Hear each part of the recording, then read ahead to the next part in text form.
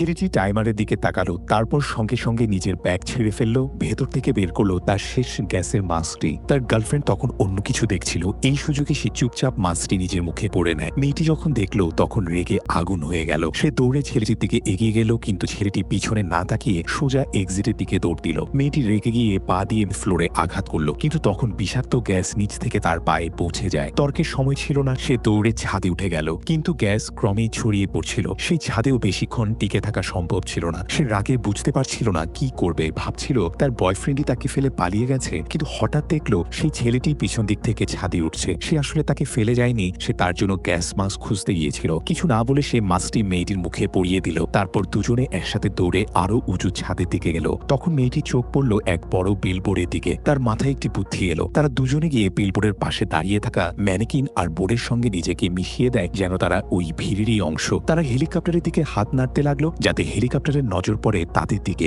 অবশেষে হেলিকপ্টার তাদের দেখে ফেলল, কিন্তু সেই খুশি বেশিক্ষণ টিকলো না। সামনের বিল্ডিং এর ছাদে আরো অনেক কলেজ ছাত্র দাঁড়িয়ে ছিল। তারাও সাহায্যের জন্য অপেক্ষায় ছিল। ওরা তখন ইশারা করলো যেন হেলিকপ্টার তাদের দিকে যায়, কিন্তু পাইলট কিছু বুঝতে পারলো না। তখন তারা ছাদের উপর শুয়ে হাত দিয়ে বড় একটি তীর চিহ্ন বানালো। অবশেষে রেস্কিউ টিম বুঝতে পারলো এবং কলেজ ছাত্রদের বাঁচিয়ে ফেললো। এবার শুধু তারা দুজনই একা রয়ে গেল। তারা আবার দৌড় দিল উঁচু জায়গা খুঁজতে। তাদের চোখ পড়লো এক বিশাল ক্রেনের দিকে, কিন্তু কাছে যেতেই বুঝলো ক্রেন আর তাদের মধ্যে অনেক বড় ফাঁক। চোখে পানি চলে আসলো তাদের। তারা বুঝে গেল অন্যদের বাঁচাতে গিয়ে নিজেদের বাঁচার শেষ আশা তারা হারিয়েছে। হঠাৎ করে আকাশে ড্রোন দেখা গেল। ড্রোনগুলো বাতাস থেকে গ্যাস পরিষ্কার করতে লাগলো। তখন ছেলেটির মাথায় একটি বুদ্ধি এলো। সে মাটিতে লিখে দিল, ক্রেন পর্যন্ত দড়ি বেঁধে দাও। ড্রোন কিছুক্ষণ দাঁড়িয়ে থাকলো, তারপর মাথা নাড়লো, ওকে। তারা একসাথে কাজ করে ক্রেন পর্যন্ত দড়ি বেঁধে দিল। ছেলেটি সেই দড়ি নিজের দিকে রেলিং এ বাঁধলো। তারপর সে আর তার গার্লফ্রেন্ড ঝাঁপ দিল। দড়ির সাহায্যে ঝুলতে ঝুলতে তারা ক্রেনের ওপারে পৌঁছে গেল। কিছুক্ষণ পর রেস্কিউ টিম ক্রেনের চূড়ায় একটি ছোট